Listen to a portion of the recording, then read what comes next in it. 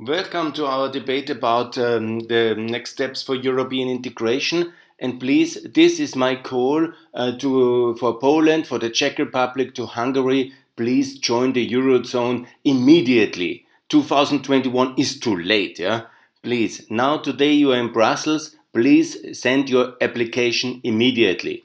There is no reason why these three countries should not be in the Eurozone. You're taking your own consumers, savers in hostage. Your own citizens are hurt. The euro is the best tool for integration, for convergence, for prosperity, a firm fundament for economic decisions, investments, and for European solidarity. Especially now in this crisis, it is actually very impressively shown how important it is to be in a big currency union. And it's not to be understood that Poland, which is scheduled for losing another 9 million people, 9 million people in the next decades, yeah, it's a dramatic decline of population because of your economic policy, because of your bad policy in taxation. You are one of the least tax competitive countries. See my other presentation for that, and see Tax Foundation for that. And then you reject the Eurozone. It's totally wrong. The Czech Republic is, of course, a much richer country, but you were always the richest core and the heart of Europe. You cannot blame your economic failed decision of staying out of the euro on your somehow to connect it with the prosperity level you have achieved. You should be much richer, already. It's very bad. And Hungary, what Hungary has done, we will discuss in great details, and it's very annoying, and it's really time for Hungary to join. And there should be, let's be very clear, you get a lot of subsidies. The blue place is the subsidies. Poland massively supported. That's 2018. And when you look back over the last 20 years, it's 100 billion euro transfers. Hungary massively supported, yeah. Czech Republic a bit less. But these are massively supported and transferred countries. Even 2018, I'm not talking about SURE, I'm not talking about any of the other transfers we are doing now in the recovery or in the next time. This is just the 2018 figures. And then you are making jokes about the euro as a failed project, Mr. Orban? That's so mean, and make energy deals with Russia, building nuclear power stations for double-digit billions with Russia, and then you let your people always on the quicksand of the forint, which you manipulate. It's really very bad, really. Yeah? Let's discuss all these things, in detail. The big statistics here, I have the table. I want to call for a very strong Eurozone because the Eurozone enlargement in Eastern Europe is very much the way to more global relevance and the global role of the euro.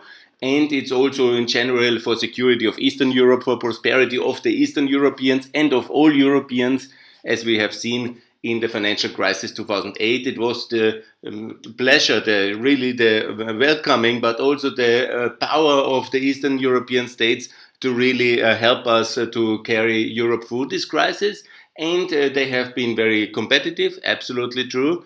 And that's really very good that they are here now. What we need now is a much bolder step of Eurozone enlargement and also of Euro adoption in Eastern Europe. Don't worry, I will explain everything in the next slide.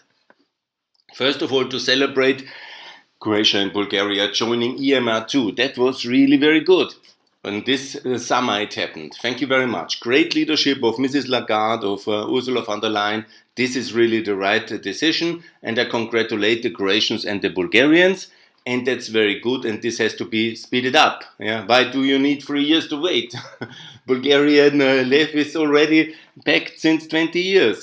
Croatia is anyhow surrounded by Euro countries. And so please, let's get going. 2021. Next thing is Romania, obviously. Why is not Romania not included in this group? I read the tweet of the Romanian finance minister, supposedly pro-business conservative, and then he said, oh, it takes some years to prepare. Come on, what kind of nonsense is this? I cannot understand it. It's beyond my understanding. Yeah? Romania, please join the Eurozone. European Romania, what needs to be done? Reduce the corporate tax rate as well. make really sure that you recognize Kosovo, very annoying, and that you didn't. And please be sure that you adopt the euro, because that's a very central and important economy. It's a very successful economy, Romania. And now in the euro, that's the next level of prosperity. Please join. So, what I say to my friends in the Czech Republic, Hungary, and Poland, which I think that solidarity is absolutely a one-way way, a one-street way in all these things, from migration to defense to energy politics. I really cannot understand what's going on, and I call on them, please get serious, join the Eurozone if you want to be so important decision makers. The euro and the EU and the NATO, we are all the same. I mean, we are one unit. You cannot divide us. You love NATO, but you don't like EU, but you hate the euro. I mean, this is not the reality. This very disappointing performance from our three friends from these three wonderful Central European countries. And okay, there's differences, nuances. The worst, of course, from Hungary. And here, really, we have to insist very hard. Yeah? No funding for the Hungarians anymore without Eurozone application. So anyhow, I made that point already, more or less. Yeah. And I also want to say it's already digitally prepared when you go through Hungary or for Poland or for Czech Republic. When you use credit card, you can also type in and pay by euro. So the transition is really just a political, not a technical obstacle. And, it's maybe some oligarch elite who want to manipulate the currencies, or who are somehow happy about less European controls and less banking union. Obviously, they don't want all that. They want to control the financial markets, the capital markets of their countries. They want to get filthy rich by this, and they don't want these additional controls and this additional regulatory level, which Eurozone membership also implies. And this is exactly the reason, Don't fool us. We are no children. Yeah, we understand very much why you want to keep the control of your financial system. And that's exactly why we should insist on the Eurozone membership. It's very essential tool in economics, in everything, basically, the currency. And to give up these currencies makes this country much less ripe for corruption, for collusion, for nationalistic control of their economies, much more competitive, much more transparent, much more easy to understand for foreigners. And, of course, these are all the reasons why they are so hesitant to do it. But it's a contractual obligation by membership. It's, part of the same medal. Joining EU, NATO, and the West was always connected with the euro. And it works very well, by the way, the euro. And it's a great tool of solidarity, of convergence, of prosperity. And so it's time to join. Yes, my friends, Visegrad, I made a spelling typo. I'm fixing at the moment. I'm totally happy with the performance until about, the membership of the EU. No, that's too much. I'm also relatively happy with until 2010, the financial crisis. But then, the temptations of especially Russian money in Hungary, but also corruption in Slovakia, and this kind of nationalistic hybris of Poland. I never was a friend of peace. They were always against the flat tax. And I'm happy to see the statistics that they have one of the least competitive tax levels of Europe, because they have really made the wrong tax policy from 2004 on. And I told very loud and clear already 15 years ago that these were wrong decisions. So ultimately, what is also very annoying, because the Visegrad Four, they don't have a lot of influence in Brussels, Berlin, and in New York. They make some grandstanding from time to time, the Polish with Trump and the Hungarians with Putin, but the real effectual influence, besides saying no, is really ebbing towards zero, And this is the time when we really needed a strong Central European powers and to help the Ukrainians and the Belarusians more. Lithuania is much more influential globally than Poland, Hungary, Czech Republic, Slovakia together. This is the situation. great leadership of the Lithuanians, of the Estonians. These are really pro-Western heroes of transformation. These are the elites. Really, we have fought as conservatives, liberals, as pro-Europeans when it was about liberating from the communism and about integration, European house, and all this talk they had in the 90s and 2000s. The Baltics are amazing, and the Visegrad are sadly a complete disappointment. Politically, economically, obviously, mostly they have done very well, and because these are really wonderful people and wonderful economies, and they will be very rich in the Eurozone with the flat tax. Good. I want to connect history a little bit with the present situation. Remember the Slovak heroes, yeah? This is the Slovakia we love, the people who are standing up for freedom, for their rights, and against dictatorship. Where is Slovakia now in the struggle against Belarusian dictatorship? And and that is really something I would like to celebrate, the Slovakian heroes. And then I would like to say Slovakia, anyhow, it's my favorite of all the four. It is already very good in taxation, can be better. It's in NATO, it's in Eurozone. Slovakia has unfortunately a nuclear power in cooperation with Rosatom or not. I will have to find out that detail. That would be, of course, a very bad. Building with Rosatom in Europe should be totally forbidden, and it's a terrible thing to do. So anyhow, Slovakia is really a model country in many aspects. Obviously, the left has reduced the transparency and a lot of collusion and corruption under this very sad decade of somehow collusive corruption, which ended in this terrible murder and the mafia involved. That was, of course, very bad, but I hope that the new government will really clean up the mess. It's quite impressive. The GDP performance of Bratislava is now higher than Vienna in GDP per capita. It's at 175 and Vienna is at 145.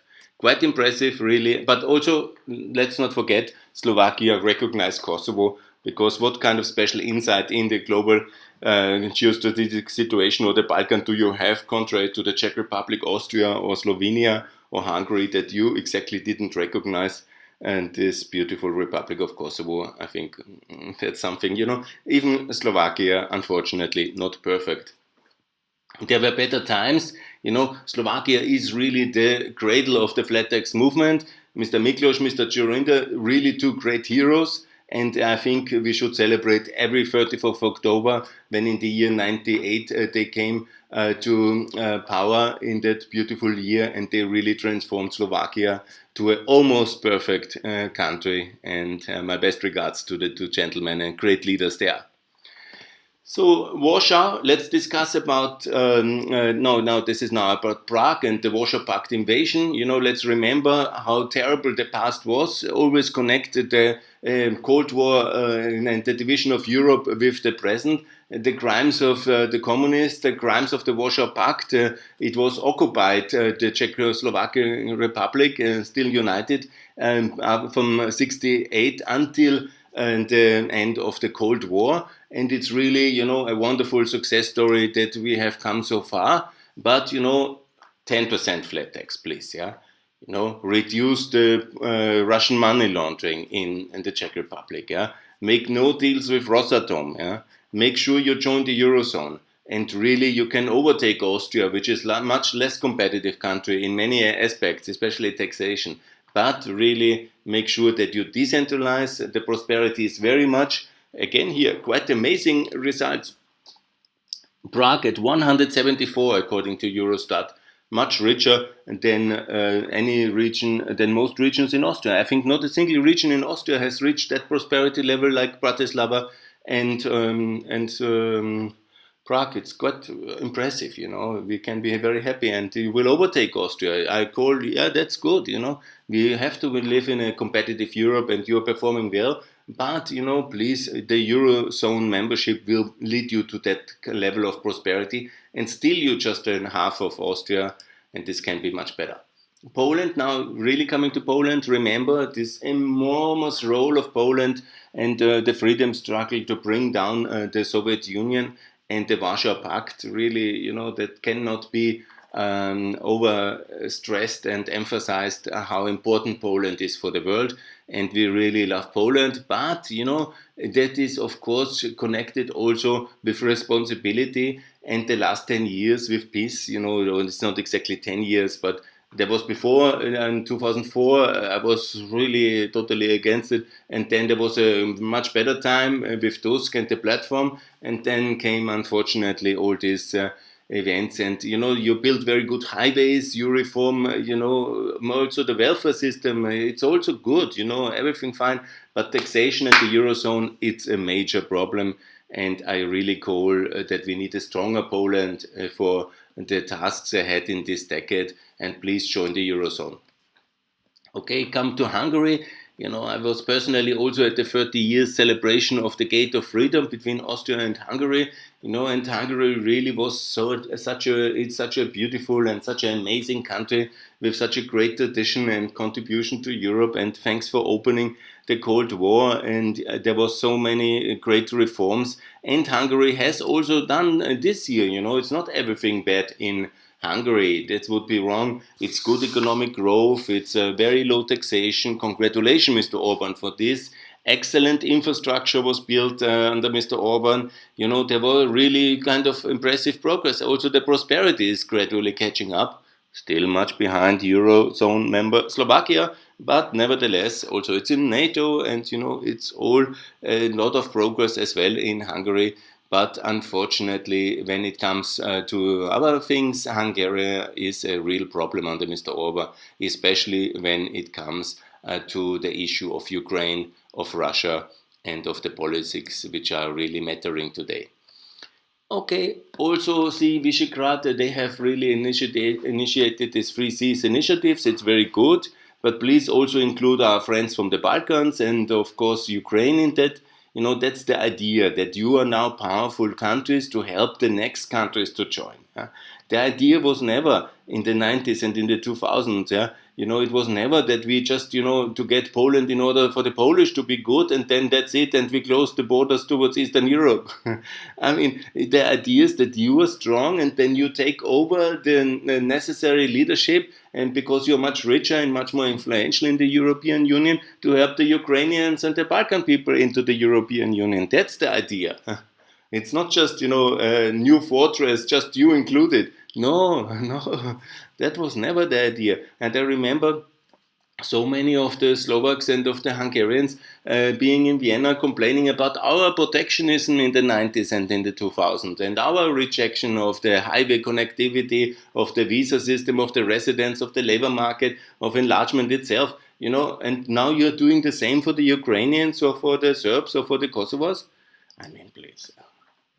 Anyhow, when it comes to compassion, solidarity, and reason, we should not have camps in Europe anymore. I don't want to refer too much on the Second World War and our tragic camp history, but camps don't work. Camps create a problem. Camps are wrong, because it's not a compassionate thing to keep people months in camps or years. You have to, after 1 week, they have to be registered and gone.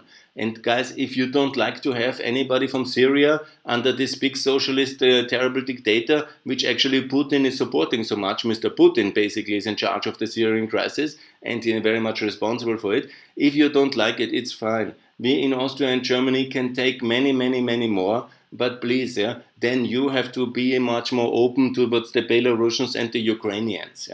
Openness, I mean, with full labor market rights and with this. Poland is doing it. Hungary, just a little bit, and Czech Republic, just a little bit, and Hungary is really very good towards the Ukrainians, but there can be also a much better performance. Invite the Ukrainians much more and invite also the Belarusians now.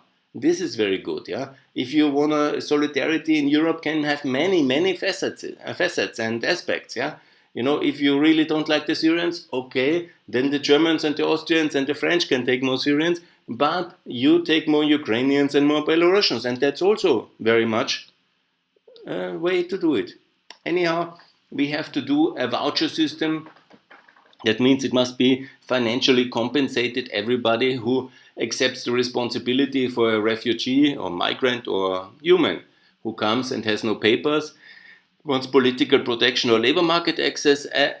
Everybody who comes and needs to be well taken care, and the municipality or the state who takes the responsibility must be compensated on the basis of the costs it would create in Germany, let's say 5,000 euros per month or something like this. I would estimate this level of cost for one person a month to integrate him and to take care and to train him for being ready for the labor market.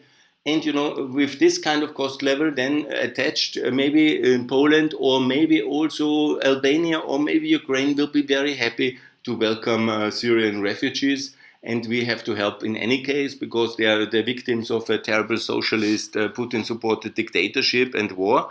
And so we should do a financial compensation scheme, and everybody who helps will be well compensated, and this is much better.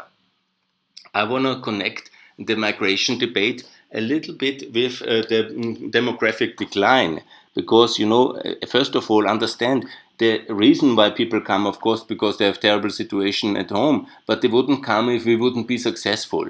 So we are successful. Migration has to be understood as a sign of success, because you are like an attractive place to be. Europe is now attractive place to be. In the whole history, nobody wanted to be in Europe because everybody was running away to America. The last 500 years since America was, because it was quite a terrible condition for most of the not existing middle class and most of the farming class. Yeah?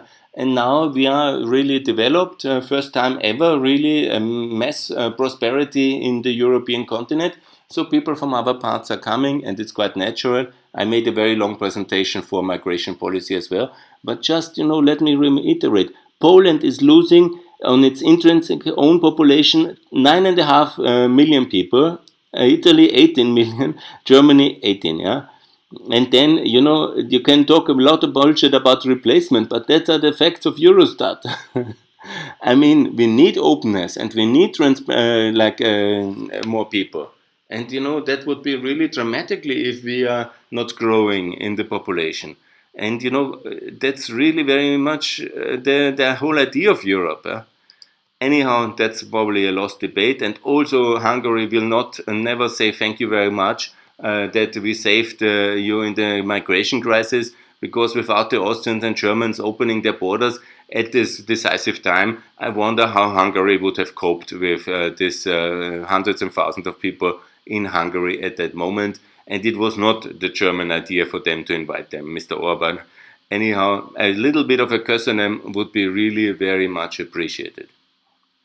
Also, I would like to add a little bit, it's not only about the Eurozone, but also about the common foreign policy. I mean, Hungary is much smarter than others to always stick ultimately then with the European line towards the sanctions and all these other things. But I want to connect the things. We have also Slovakia, who is not recognized Kosovo, but still is happily to receive 630 million just under that one budget line. Romania, 4 billion. The worst, obviously, is Spain, 21 billion only under SURE. I'm not talking about all the other things. When we want to be a political union, we have to have some kind of credible kind of unity in key decisions like Kosovo, like Ukraine, like Belarus. And this must be connected also financially. So don't be angry on me when I say freeze the subsidies for Poland, Hungary and the Czech Republic for not joining the Eurozone. I also call for freezing the subsidies for the southern Europeans who have not recognized Kosovo, the 5 countries, and also for Ukraine as long as they don't recognize Kosovo, and also for Bosnia as long as they join, Macedonia as long as they join the Minsk sanctions. We have a policy together, and we distribute a lot of solidarity, and we pay for Serbia 10 billion euros in 20 years and more to come, and everybody makes jokes about us. I mean, it's unbelievable. But anyhow, let me come back to the topic. The worst obviously is Mr. Orban. He used the financial crisis and the Ukraine crisis then to make his own kind of policy with Russia. And he was always very careful to stay in line, not to offend Mr. Trump, not to offend anybody too much in the West. Officially he stays in line, but unofficially on the things he can decide, he does whatever he wants with Russia. Especially the worst thing is, of course, the Rosatom project in the Pax Nuclear, 10 billion euro loan from Rosatom, from Russian financial institutions, in the heart of Europe to build a nuclear power station with Russian technology, as if the French and the Germans and the Americans wouldn't be able to build such a power plant. Yeah, it's totally wrong that this is happening with a hostile state actor. And then obviously that's all connected, because then this big Russian energy pivot, and then obviously he says he's the great friend of Germany, EPP, thank you very much, we understand. And then he blocks all the pro-Ukrainian policy we have.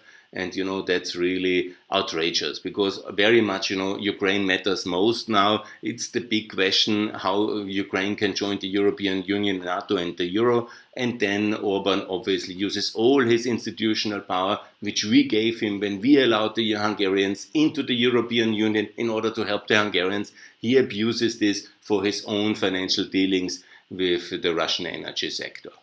Yeah, it's about the Russian energy sector. Of course, Orban understands the pipeline is the pipeline of prosperity for him, and the Austrian role in complicity with Russian energy sector. And of course, the Hungarians want to have the same deal, yeah. And that's what they do, And they have now more energy imports than the Austrians, yeah. They have an unbelievable high level of energy, gas energy from Gazprom. They are under France, which is a much, much bigger country, the fifth country in Europe. Yeah, they are half of Italy on the gas import. You understand that it's a small country of 10 million people. And then obviously this was all happening in 2014 with the big visit of the Gazprom chairman and this new friendship in the energy sector and the political cash attached, obviously. And obviously then very cheap energy for the Hungarian consumers. And then, that translates in election results for Fidesz, and obviously then also in funding possibilities for Fidesz party system. And so we are in this whole mess. Yes, we have to have a EU agency for all energy purchases as well. This must be regulated jointly. We need a one buyer principle. That means that it's not 27 buyers towards Russia, and Russia picks the winners and losers, and punishes the political elite it doesn't like, and favors and buys the political elites it likes. No, we need one central European and one European agency for gas purchases, and then to reduce obviously the gas purchases in Europe, and to have one distribution inside the European Union, and that's very important. I want to reiterate what happened. There was this year 2013, the decisive moment in the Rose Garden. The great American confusion started, the withdrawal, from Afghanistan, Iraq, the non-intervention in Syria, and opening the door for Russian aggression in Ukraine, in Syria, in Libya, and all happened exactly. And then also political intervention, Brexit, yeah, and all these terrible things. I have summed them up here again. Ukraine, Crimea, Syria, migration crisis. It's all from this lack of American leadership in these confused years since 2013, and that's obviously a big problem. And now I come back to the three big challenges, why we actually would need a very strong Poland, a very strong Czech Republic, a very strong Slovakia, a very powerful Hungary, pro-Western bloc into the Central Europe. A strong Visegrad would be fantastic, because now exactly in the crisis of Belarus, we see how much the Germans and Austrians are ready for appeasement of some little dictator somewhere. They don't care as long as the business is good, That's unfortunate, but that's the reality. And we would really like to need a strong, powerful, like Lithuania. If you all would be like Lithuania, Europe would be much better. So we also should all offer residence permits to the Belarusians to escape the torture chambers of Belarus, but also to really give them an alternative to live, because we probably won't win this now with Lukashenko. He's much too brutal and much too ready for violence. But we have to win it in the next decade, basically, by offering all Belarusians to come to Lithuania, Poland, and to the Visegrad countries, and then to basically have a GDR scenario, which is the most realistic way. And we really have to. And actually, Mr. Borrell, I criticized him for his statements in Munich, but he has proven to be actually more moral and more decent than I thought in the beginning. I respect him. He has really lived up to fight against Lukashenko, and there were others who were on the appeasement side. Anyhow, but of course, the thing really needs to be done is to open Europe for the Belarusians and also recognize the Belarusian government in exile with the president-elect, and to build that up in Vilnius or in other, maybe also in, let's say, there's Vilnius again, because you four countries are not really on the agenda, because you have removed yourself from the powerful discussions about what to do with Belarus and also what to do with the beautiful country of Ukraine, which is, of course, the most important question of this decade and of the next. And so basically, we should see that Putin is acting like the Soviet Union. I think yes. And you can basically argue that very well from the Security Council, from the nuclear power threat position, from the imposition on the region, and from many other issues. And Ukraine has to also adopt the euro and copy the Western German integration model. Mr. Adenauer, basically, I hope that you all have a monument for him, because he is the man who really saved the Central European countries. How? And also, maybe you don't see that, but it's very important to understand it. It was his decision for NATO membership and currency reform and EU that really ensured that the Western German economic resources were integrated in a successful European integration and defense project with the support, obviously, from the Americans. And then it was possible to outperform the Eastern Europeans and the Warsaw Pact. Yeah? And with a neutral Germany, that was the alternative, a neutral Western Germany or neutral united Germany, we would not have won the Cold War. And it would have been a terrible result. And it was really his leadership. So build a monument for Adenauer. When it comes to Ukraine back, the euro to adopt, but also to integrate the Ukrainian defense industry. Yeah? We have started with coal and steel as well in Europe. And that was a reason for it. So the Ukrainians have a massive state-owned defense industry. Now the Chinese are buying some parts of it. Yeah? I mean, what's going on? Yeah?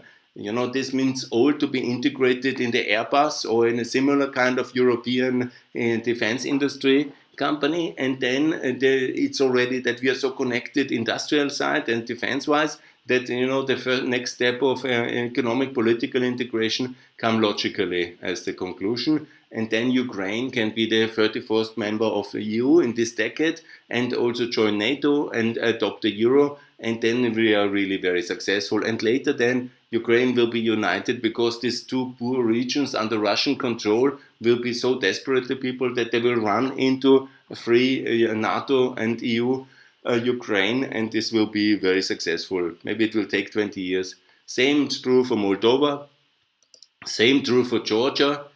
And then also we would need your support for solving Armenia-Azerbaijan escalation. Where is the Visegrad? Where are the Visegrad countries? You have disappeared, yeah? And that's really very wrong when we need you. And you would be very needed to get the decision done, which, of course, Western Europe, from Paris, everything is pretty far. And Russia seems to be interesting. And, when you would be therefore really useful, then we would get the EU potential candidate status for Ukraine, Georgia, and Moldova already. And this is the yardstick. This decision is, for me, the yardstick for your influence. If you, Poland, if you, Czech Republic, Hungary, Slovakia, are not able to get this done, then I wonder what's going on. You are useless.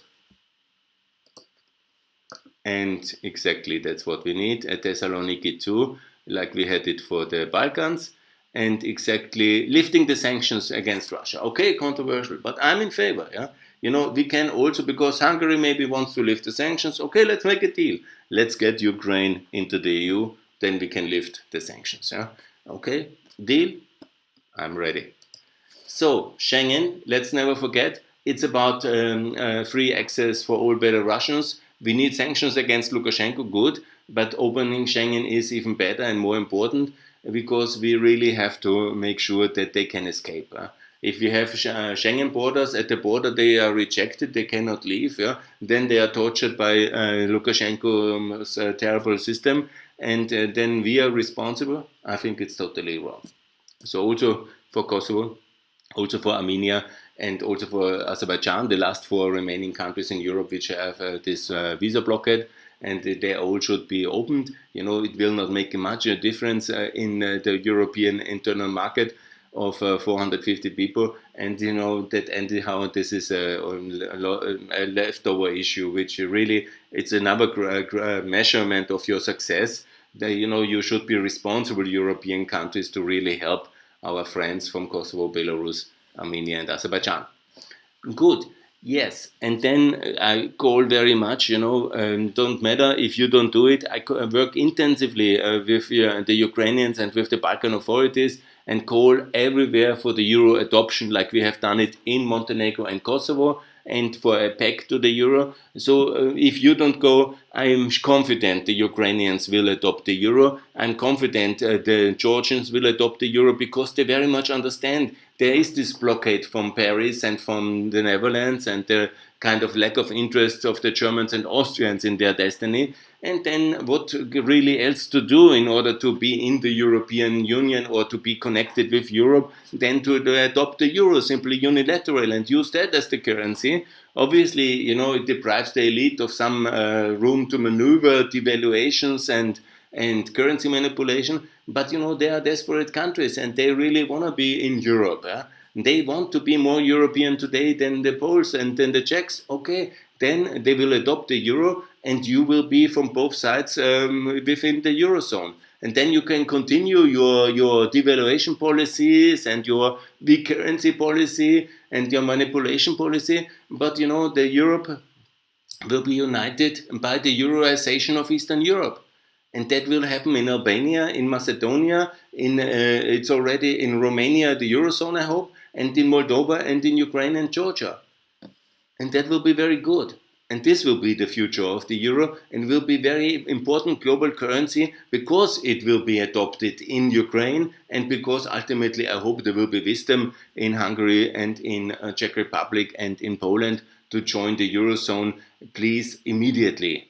Not next year, but please today send your application, make sure you want to join, convince your population and lead Europe to unity and get relevant back again, because this is very important for the crises we have from Belarus to Ukraine to Georgia to every other crisis that is coming. We need more unity in Europe and we need to be united towards Russia because the Russians, they are smiling at us. Even the Polish and the Czechs and the Hungarians don't like the euro. It's probably a failed project. Possibly Europe will be failed. And you guys, you might be responsible then if this kind of argumentation is hurting us in Eastern Europe. And, that's really very bad. So for morality, for economic reasons, for convergence reasons, for unity reasons, please join the Eurozone and join it immediately. Thanks a lot.